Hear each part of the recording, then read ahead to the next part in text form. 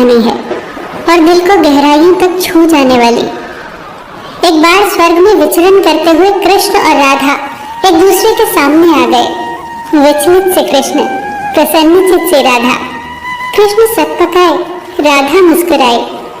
इससे पहले कि कृष्ण कुछ कह पाते, राधा बोल उठी, कैसे हो द्वारिकाधीश। जो राधा उन्हें कान्हा कान्हा कहकर बुलाती थी, उसके मुख से द्वारिकाधीश का संबोधन कृष्ण को भीतर तक घायल कर गया। फिर भी किसी तरह अपने आप को संभाल लिया उन्होंने और बोले राधा से, मैं तुम्हारे लिए आज भी वही कान्हा हूँ। तुम तो मुझे द्वारिकाधीश मत कहो। आओ बैठते हैं, कुछ मैं अपनी कहता हूँ, कुछ तुम अपनी सुनाओ।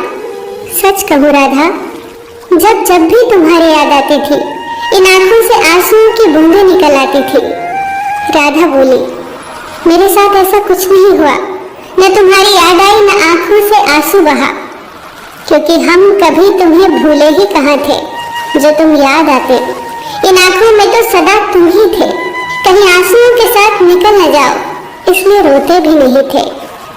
कान्हा, प्रेम से अलग होने पर तुमने क्या खोया, इसका एक आईना दिखाऊं तुम्हें।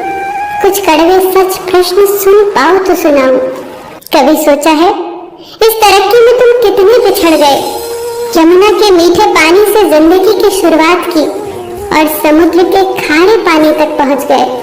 एक उंगली पर चलने वाले सुदर्शन चक्र पर भरोसा कर लिया और 10 उंगलियों पर चलने वाली बांसुरी को भूल गए।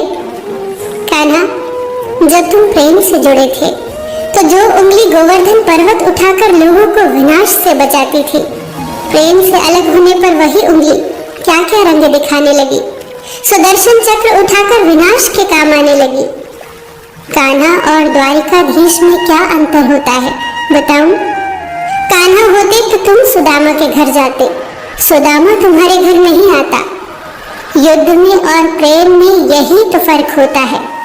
युद्ध में आप मिटाकर जीतते हैं और प्रेम में आप मिटकर जीतते हैं। कान्हा, प्रेम में डूबा हुआ इंसान दुखी तो रह सकता है, पर किसी को दुखी नहीं कर सकता। आप तो कई कलाओं के स्वामी हो, स्वप्न दूरदृष्टा हो, गीता जैसे ग्रंथ के दाता हो, पर आपने ये क्या निर्णय लिया? आपने अपनी पूरी सेना कौरवों को सौंप दी और अपने आप को पांडवों के साथ कर लिया। सेना तो आपकी प्रजा थी, राजा तो पालक होता है, उसका रक्षक होता है। आप जैसे महाज्ञानी उस रथ को चला रहे थे जिस पर बैठा अर्जुन आपकी प्रजा को ही मार रहा था। अपनी प्रजा को मरते देख आप में करुणा नहीं जगी, क्योंकि आप प्रेम से शून्य हो चुके थे। आज भी धरती पर जाकर देखो, आपकी द्वारिकाधीश वाली छवि को ढूंढते रह जाओगे।